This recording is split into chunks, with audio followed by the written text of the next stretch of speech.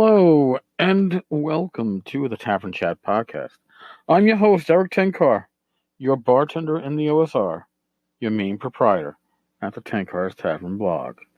So today, I'm going to throw in my 2 cents on the idea of game balance, especially when it comes to classes.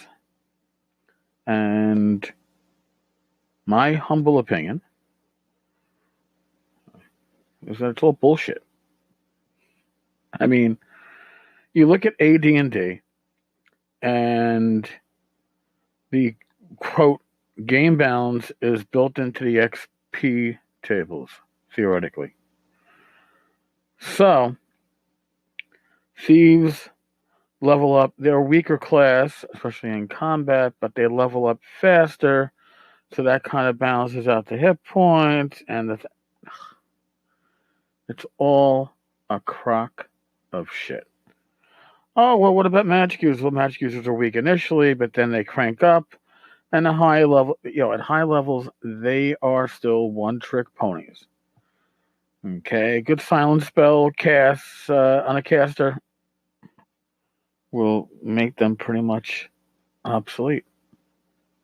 Especially a magic user. At least a cleric can also get into combat. Fighters. Look at your fighter class. Decent XP table. And it's relevant at every level.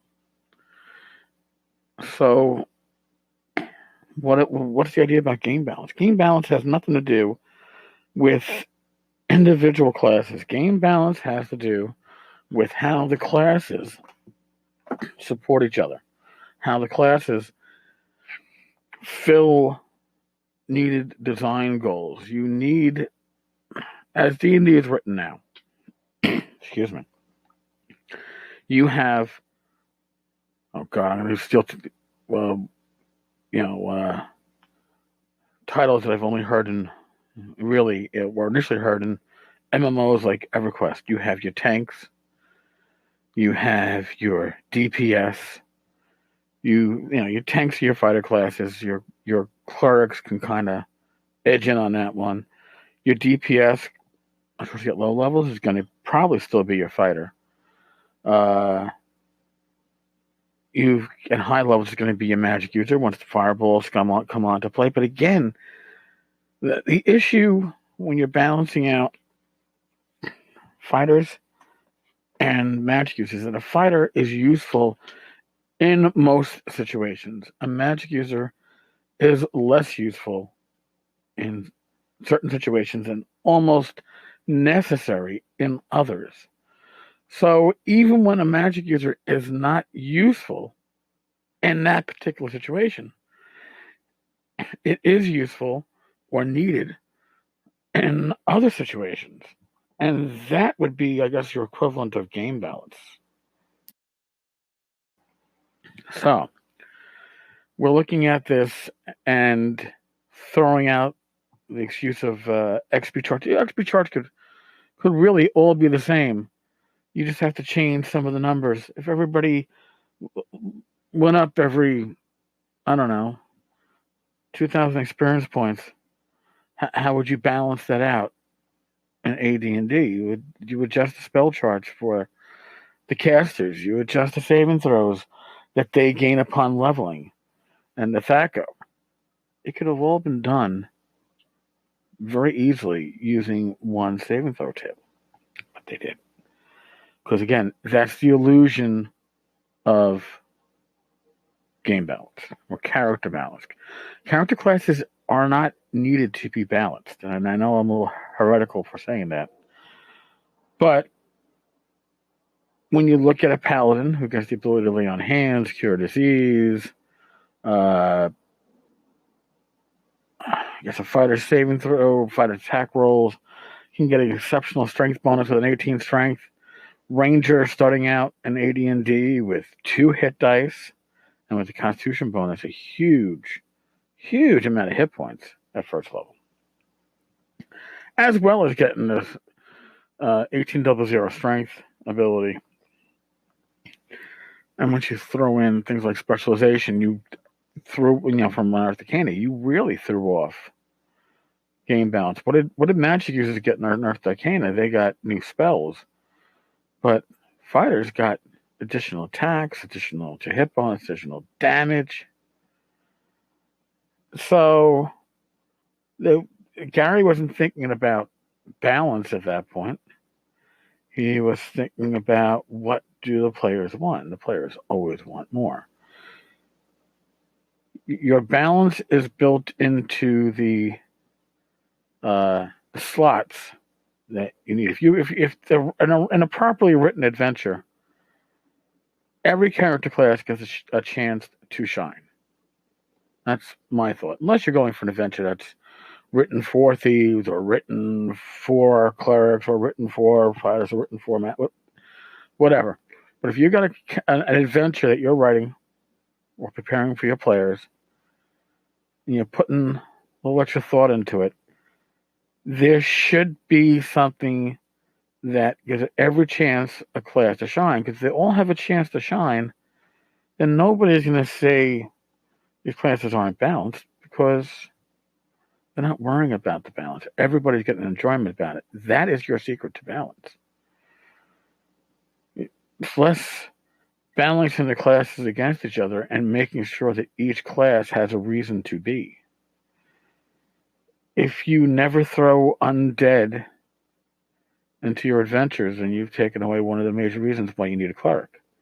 Sure, healing is useful, but at low levels, you'll probably get more healing out of healing potions than you're going to get out of your cleric. All right? I mean, in AD&D, first edition, you have first level healing spells, and you don't get healing spells again until fourth level spells, which is, I'm going to say seventh level, but clerics have a weird spell advancement, so I could be wrong on that one. It could be a little bit earlier. But,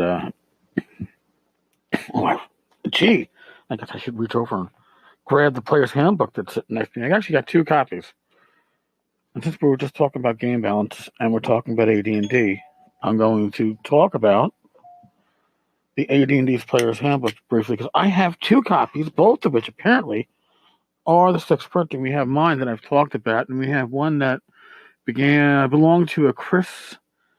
Last name begins with a B. I'm not going to blow up the spot, but he's the one I bought his game collection on Craigslist, and his Player's Handbook is in much better shape than mine.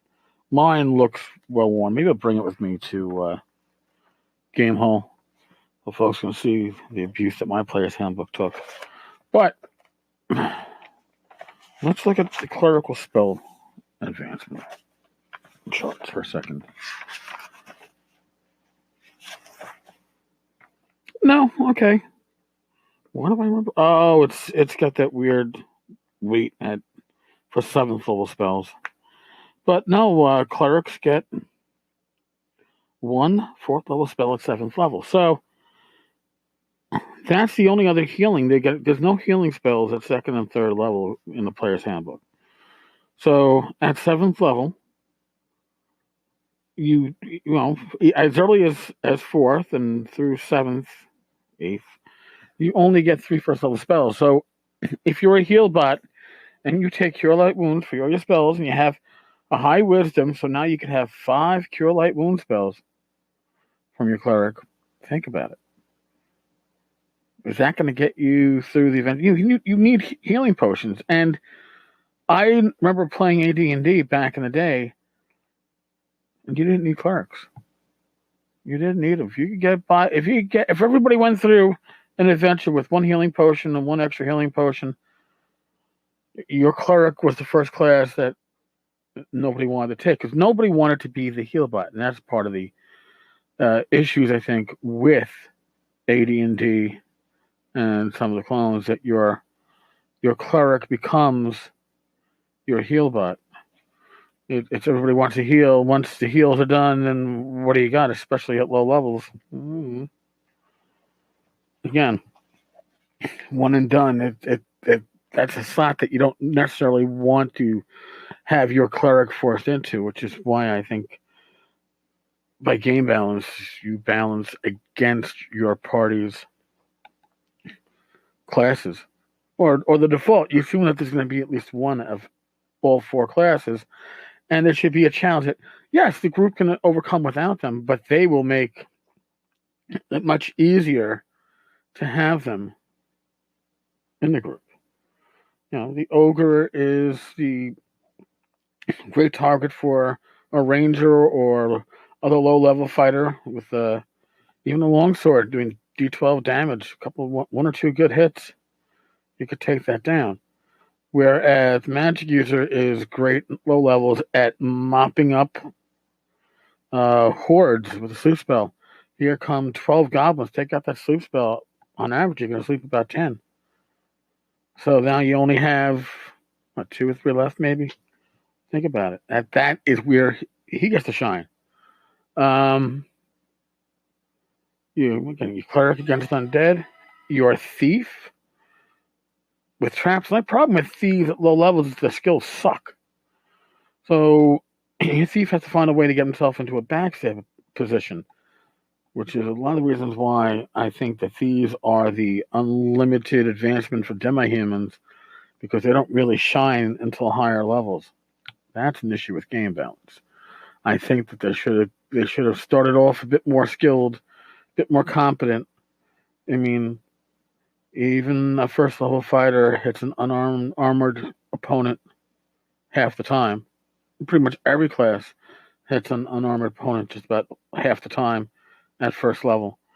Yet a thief has such minimal abilities at first level. I mean, the ones that are actually useful in a dungeon: opening locks 1 and 4, opening find remove traps 1 and 5, hiding in shadows 1 and 10. There has to be, if your chance to succeed is so minimal. Again,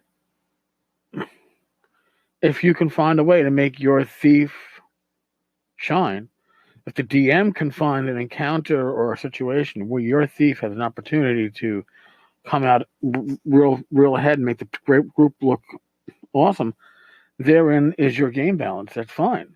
You've balanced that. That's how the game should be balanced. Like I said, it's by giving each class an opportunity to shine, not necessarily balancing each class against each other or front loading some and back loading others. Yeah, all right. I went on a bit of a ramble. You'll have to forgive me. Can't blame it on the cold medicine today. But like I said, I don't think game balance is as big an issue that people make of it, because they're making of it as classes balanced against other classes. And I think it really should be on the adventure side, where every class is given a chance to shine, and therefore they're balanced. All right, folks. That's my yabber for today. Still have to pack for Game Hall. Leave Wednesday afternoon. So, thank you for listening. Thank you for stopping by. Stay healthy. God bless. Roll your dice well. And don't let the evil ones get you down. Oh, and I guess I'll make that public service announcement. Vote. If you're an American, tomorrow is Election Day, vote. I don't care how you fucking vote. And I don't want to know how you fucking vote. But if we're going to be a representative democracy, you should represent. And if you don't vote, certainly shut your fucking mouth. Because I don't want to hear complaints from 50% of the population that doesn't vote. Fuck you. Okay? So, that's where we're at. That's what I got. Manana, folks. Later. Oh, damn it, cat. I can't. If I can't see the screen, how am I going to hit the stop recording button? Urgh.